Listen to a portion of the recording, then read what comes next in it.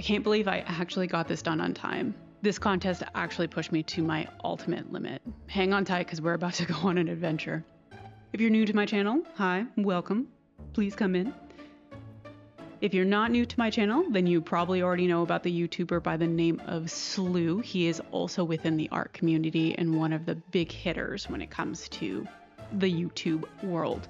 Recently, Slew just announced a contest. There is a fantastic prize pool with goodies and treats in it that I am absolutely drooling over.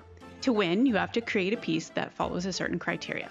Cool, easy peasy, right? Once you've created the piece, then you are to post it on Instagram for the world to see, and that will begin your submission into his contest in order to be drawn for one of these prizes or an honorable mention, which to me is just as dandy. Here's the kicker. The art piece is centered around two main features.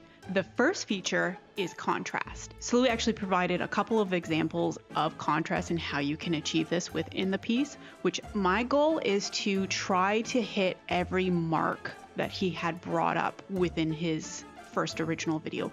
The next item that is a must-have is that it not only has to be a self-portrait, which is a challenge in itself, but you also have to be interacting with an inanimate object that you physically have. Doable. True transparency, self-portraits have always been a challenge for me, specifically because of the proportions, but in order to grow, you have to challenge yourself, so I just jumped right in. The first step that I was going to need is a reference photo. Luckily for me, I had a friend come visit who helped me with a photo shoot.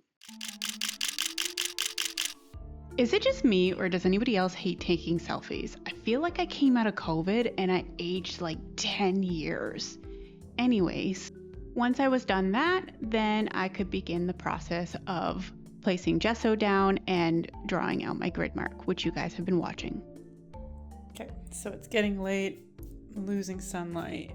Just kind of wanted to show you guys where I was at. So I moved, some of the lining wasn't working, so I moved the lips up just a wee bit, and then that made it look a little bit better, and then I rounded out the cheek. You can actually see here because it just was flat and just wasn't working with the face, but it's starting to look real good. I'm not gonna lie, this is the most selfie self-portrait that I've ever done. I'm quite proud so far.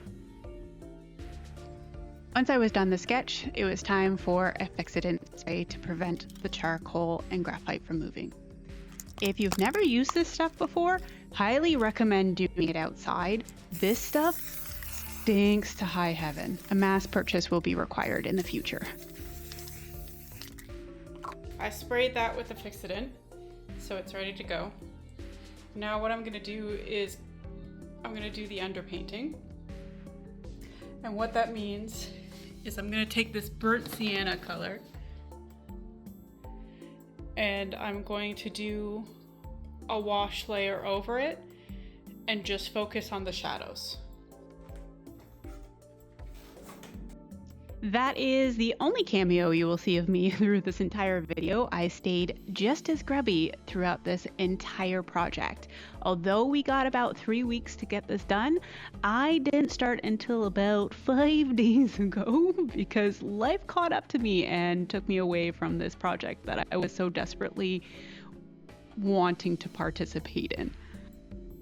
Sacrifices were made, commitments were promised, and no regrets. So you gotta do what you gotta do sometimes. Once I was done doing the underpainting just to get the shadow work in, then I could really get into the paints.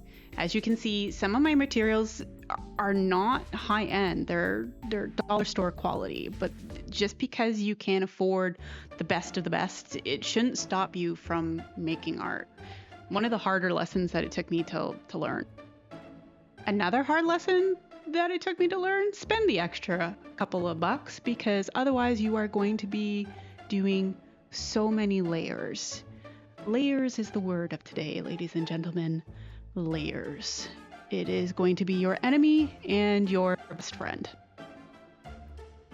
My main materials that I used in this was a 16 by 12 Artist Loft unfinished wood art panel, which came as a pack of 2. Super excited for that because I have another one that I can paint on later. But I really like this one here. One of the things that I'm not a giant fan of with canvases is the grit that's on it. And I understand Gesso is supposed to take it away. I don't know. It's not a Simone thing. To each its own. But anyways, one of the other products that I used was a premium gesso, which was a necessity, especially since I am painting on unfinished wood. Gesso is essentially a primer. It's not paint, although it has the same characteristics as paint, and I have used it in the past when I was short on some white acrylic paint. Gesso is mainly used to either add texture to a canvas, and its primary function is to protect the painting specifically. Unlike most varnishes, this stuff goes under your painting instead of over the painting. As mentioned previously, I'm using a unfinished wood panel in order to paint this, so the gesso is going to act as a buffer between the canvas and the paint. Because the canvas is wood, it is going to be extremely absorbent, and because paint is wet, surprise, surprise, it can actually damage the canvas if I didn't put the gesso down. Longevity, this is going to make the painting last longer and prevent any kind of like peeling or chipping in the future. The company that I used was Mont. I won't lie, I had to Google it and look up other YouTubers who pronounce the name because I'm not quite sure how to pronounce it correctly. I'll list all the materials in the list below just so if you want to check it out. I also use the same company for my acrylic paints. They're not a bad company, they're mid-tier, but this goes back to the conversation that we were having earlier where when you don't have a material that is of high quality, it is going to be a friend or an enemy depending on how you look at it, because there are going to be requirements of a lot of layers because the pigmentation just isn't going to be there.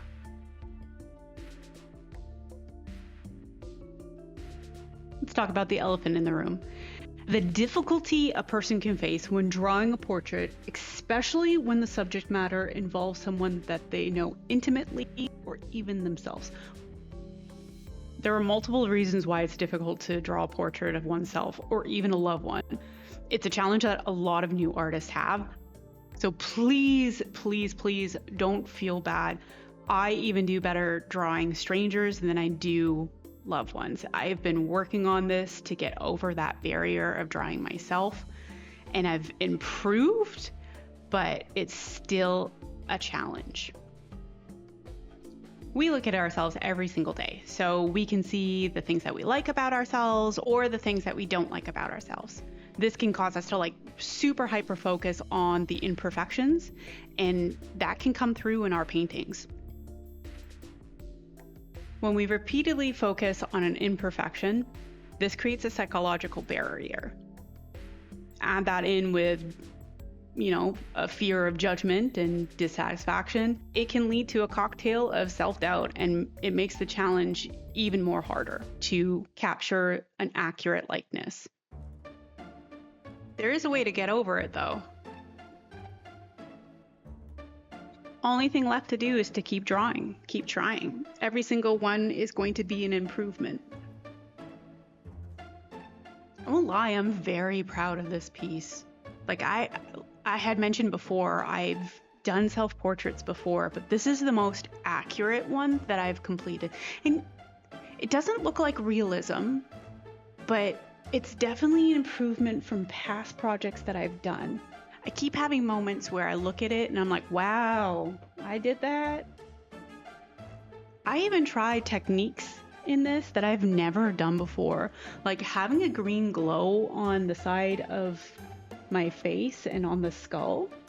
That's Bob, by the way. His name is Bob. He sits on my shelf and he often gets used as a prop. But to have the green glow on myself as well as Bob was a whole new technique that I had never attempted before. I think my favorite part is actually the goggles. Those were the most fun to paint, and if you actually look, they're probably the most detailed, if I'm being honest. I'm very, very proud of this piece, and I'm excited for the next time that I do a self-portrait. It's not going to be anytime soon. I can guarantee you that. This took a lot out of me.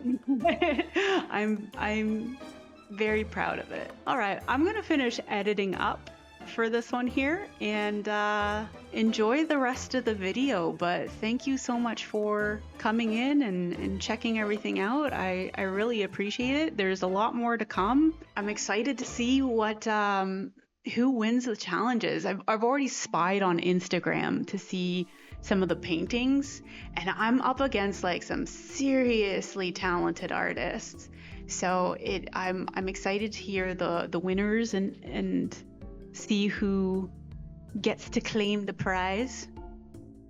I won't lie, I had moments like when I was painting this, I would have moments where I would stop and stare at it and be like, hot damn, I might actually have a chance. Like, again, I can't even tell you the last time I painted a self-portrait. I can't even tell you the last time I painted a portrait. No, yeah, I can. 2022. That's insane. Anyways, I'm gonna sign off now.